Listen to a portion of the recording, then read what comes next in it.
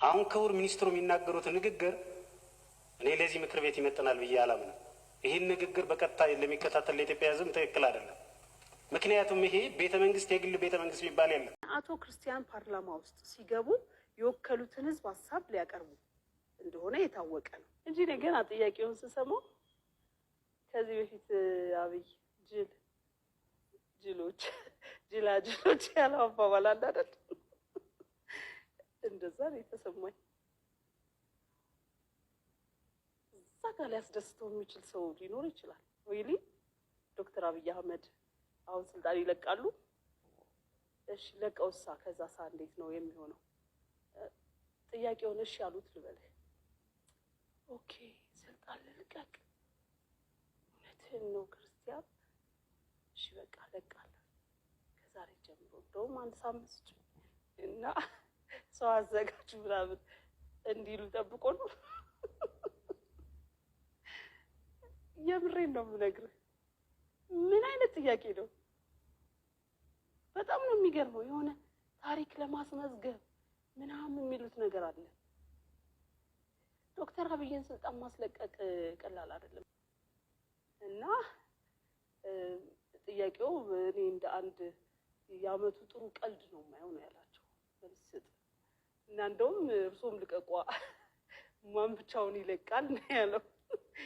ጥሩ አድርጎ ነው ያላገጠበት እና ምን ያህል የጅል ፖለቲካ እንደሚያራምዱ ነው የገባው። እንግዲህ አስቴር በዳኔን እንደምትሰሟት ክርስቲያን ታደለን የሚያህል ሰው በዚህ ልክ ስታንቋሽሽ ስታዋርድ የምናያት ሴት ናት።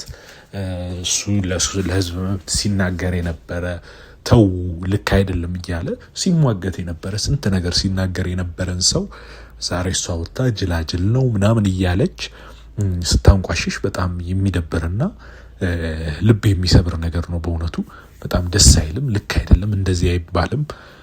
ልትታረም ሲገባት ዛሬ ላይ ግን ወጣሷ የሰውን ልክ ሳታውቅ እንደዚህ እያለችው ትገኛለች። ጅላጅል ነው እንደዚህ ነው አይታችኋል መቼም እና በጣም የሚያሳዝን ነው እና እንደፈለገች ነው የምትናገረው ነው ብላችሁ ያው ሰው ብዙ ነገሮች መብት ሊኖረው ይገባል ብዙ ነገሮች ለመናገር ግን ደግሞ የሰው ድንበር ማለፍ አለበት ብዬ አላምንም። አሁን እሱ ያ ክርስቲያን ታደለ ፊገር ነው። ማንንም የነካው ሰው የለም አይደል? ማንንም ሰው አልነካም። ስለዚህ በዚህ ልክ እሱ ላይ መናገር አስፈላጊ ነው ብዬ አላምንም። የሰውን ልክም ማወቅ ደግሞ አስፈላጊ ነው።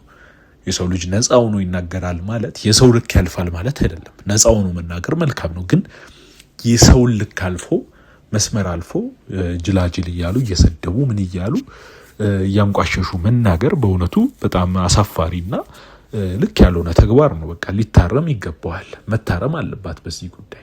እንዳየነው ከዛ ትርክቷ ጋር ከዛ አስተሳሰቧ ጋር የሚያያዝ ነው ብዬ ነው መወስደው እኔ።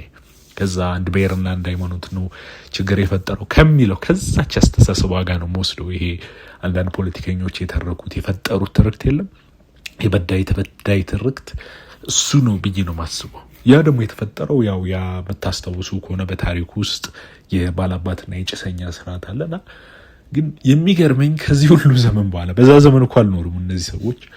ከዚህ ሁሉ ዘመን በኋላ ዛሬ በ21ኛው ክፍለ ዘመን ያኮ በደርግ ጊዜ እኮ ተቋረጠ መሬት ላራሹ ምን ተብሎ በቃ ተቋረጠ አለቀ። ከዛም በኋላ እስካሁን ግን ይሄ የበዳይ ተበዳይ ትርክት ቀጥሏል። ዛሬ ያለውና በፊት የነበረው ሂደት እኮ አኗኗር እኮ ተለውጧል።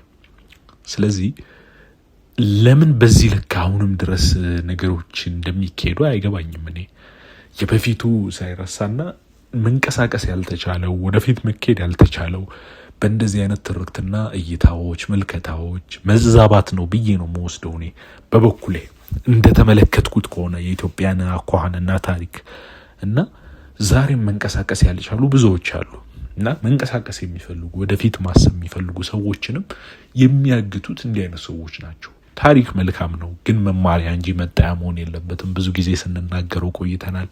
ሚሰማ ግን ጠፋና በጣም የሚያስቸግርና አገባብ የሌለው እይታ ነው ይሄ ማለት ነው። እና እንደፈለገች እየተናገረች ምን እያለች እየቀጠለች ነው። ይሄን ግን ልናርም ይገባል፣ ወጥተን ልንናገር ይገባል። ብዙዎችም በዚህ ጉዳይ ላይ አስተያየት እየሰጡ እየተቹ ተው እያሉ ይገኛሉ። እሷ ግን ሰሞኑን ሰምታ የቆየ ነው ምናምን ብላ አጥላልታ እናነቃ ስታልፍ ነው እያየን ያለ ነው።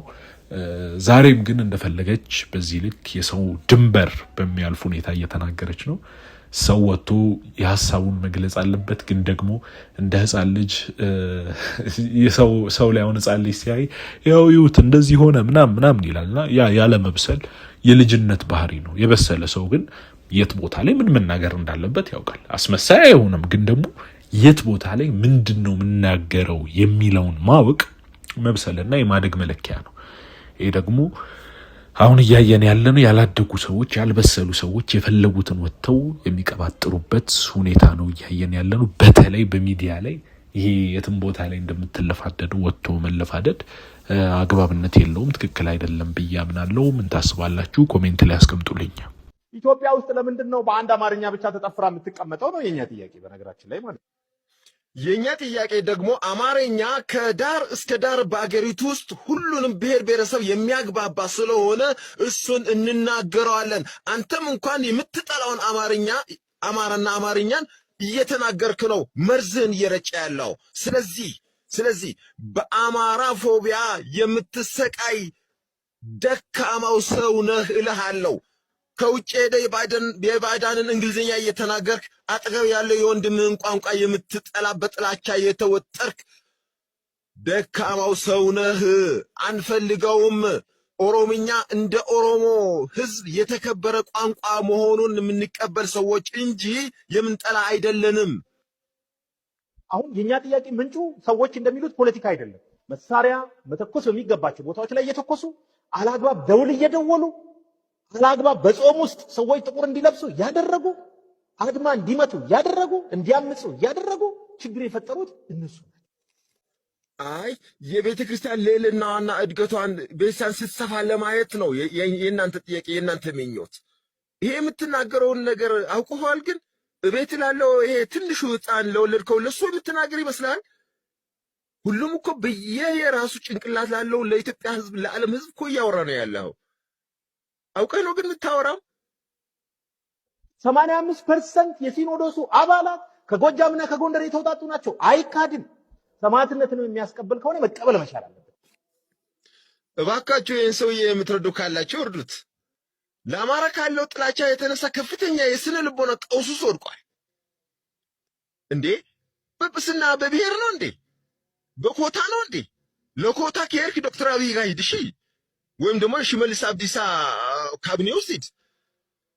ጵጵስና በእውቀት በንጽህና በቅድስና ነው እንጂ ደግሞ 85% የምትለው ኮታ 100% ሐዋርያት የጌታችን ኢየሱስ ክርስቶስ የሰበሰባቸው ሐዋርያት ከማን ወገን እንደሆነ የመጽሐፍ ቅዱስን የምታውቀው አውቃለሁ ትላለህ። እሱን አይደፈትሽ። ሰማዕትነት ያልከው ደግሞ ሰማዕትነትማ የሮሚያ ልዩ ኃይልና የታጠቁ የኦነግ ኃይሎች የመጡ ቤተክርስቲያን ውስጥ ገብቶ እየፈጁ ያሉት ማንን ነው? አንተማ በእነሱ ታጅበህ እኮ ነው እየሄድክ ያለኸው። እያወራ ያለው ለማን እንደሆነ እባክህ አስበህ አውራ።